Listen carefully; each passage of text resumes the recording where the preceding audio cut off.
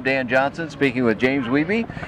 What have we got here up front first, and let's work our way back in this new thing? Sure. At the very front, we have a new Sensenich 3D carbon fiber prop that we put on the plane.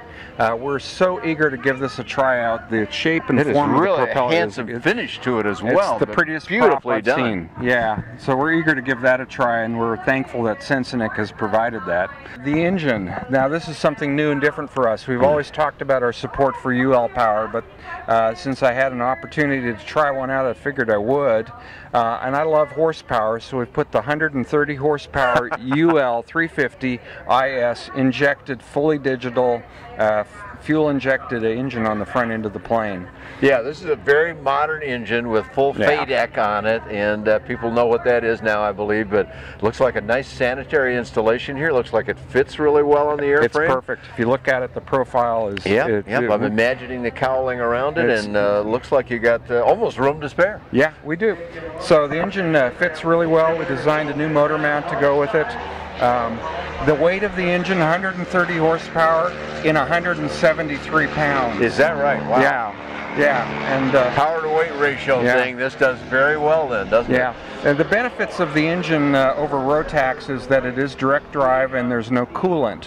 So if you want air cooled, of all of the engines on the market outside of Continental and Lycoming, this would appear to be the superior choice in an air cooled direct drive engine. So I'm just thrilled to be able to give it a chance to perform. Well, and you're going to find that out pretty soon. Now, this aircraft is not flying yet, is that correct? We're 4 weeks away from flying it. We still have to finish the cowl. Okay.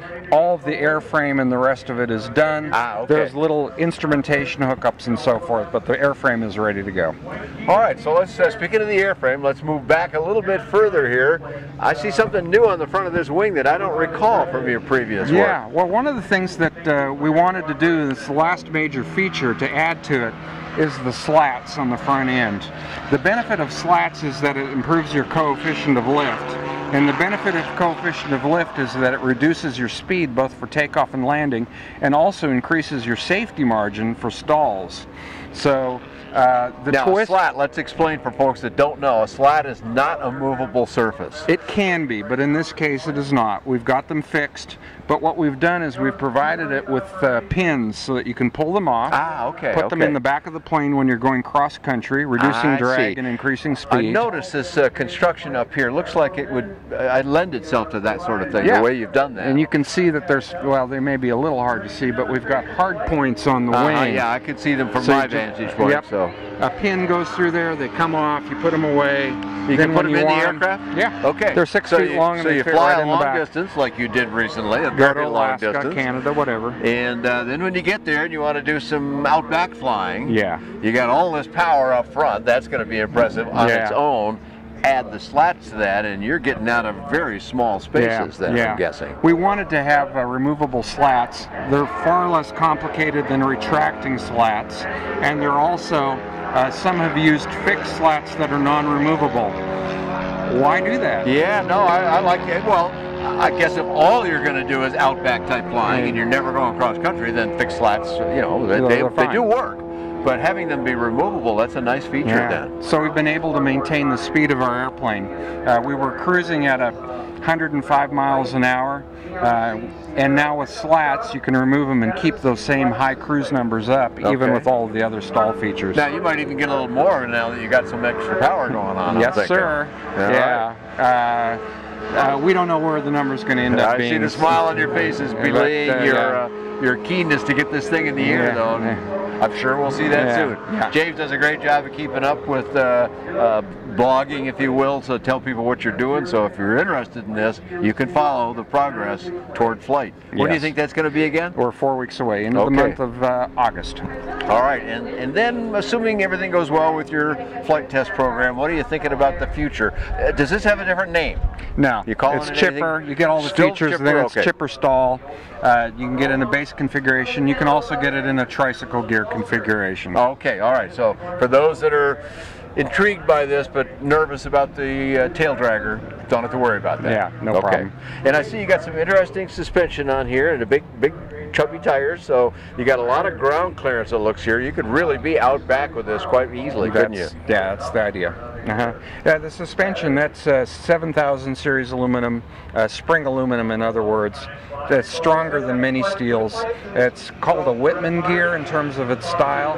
What else is new about the airplane? Is it the same chipper we've seen before identically? The airframe has changed a little bit, and that is that everything that we're shipping and have been shipping has 2 doors, so you can enter and exit from both sides. All right, yeah, you were single door before. And we've always shipped it with, but we're now for the first time demonstrating the rear skylight.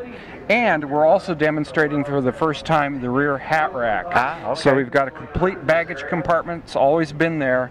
We've added a hat rack so you can store light items up right above the rear. And then how do you access that? Seats fold forward, or that flip up, or how does that work? Yes, this comes forward. We have to take the seat belt, but it flops all the way down. Yeah, sure. Well, the seat belts, that'd be easy to get those out of the way, and then it pulls flat? Yep. Okay. 120 pounds limit. 120 pounds, okay. It's like a lot of room back there. Yes. For bulky things like sleeping bags or tents or whatnot. Yes. Which I'm guessing would be some of the magic in this particular design.